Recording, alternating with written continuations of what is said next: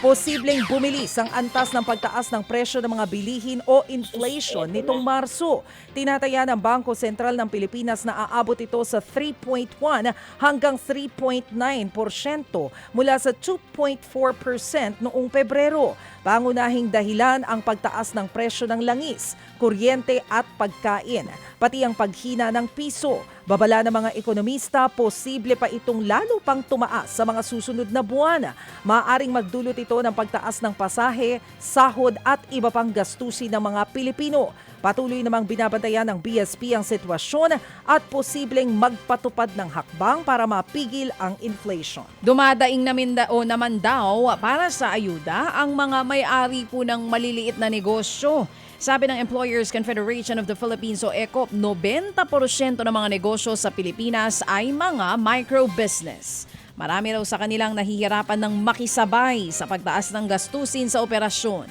Lalo na mga negosyo kung saan malaking bahagi ng operasyon ng gasolina o di kaya LPG. Sa ngayon, dumidiskarte na lamang daw ang mga negosyo kung paano mapapababa ang konsumo ng kuryente maging ng gasolina, habang may ibang napilitan ng magtaas ng presyo ng produkto at ng serbisyo.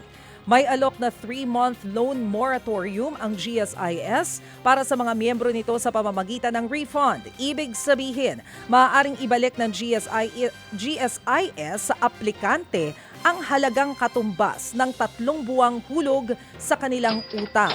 Di yan gaya ng tradisyonal na moratorium kung saan pansamantalang titigil ang pagbayad.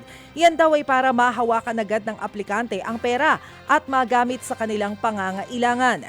Bilang tulong daw yan sa gitna ng krisis. Mga kapatid, para sa iba pang mga balita at impormasyon, sundan niyo po kami sa X, Instagram, Facebook at syempre sa TikTok, True Network PH. Mag-subscribe din po kayo sa aming YouTube channel, True Network. May website din po tayo, truenetwork.ph, at pwede nyo rin po kaming mapanood sa Channel 19 ng aming True FM TV. Lagi pa rin makinig sa radyo dito po sa 105.9 True FM dahil dito, laging true sa'yo, kapatid. Ito tayo sa totoo, tunay at tapat.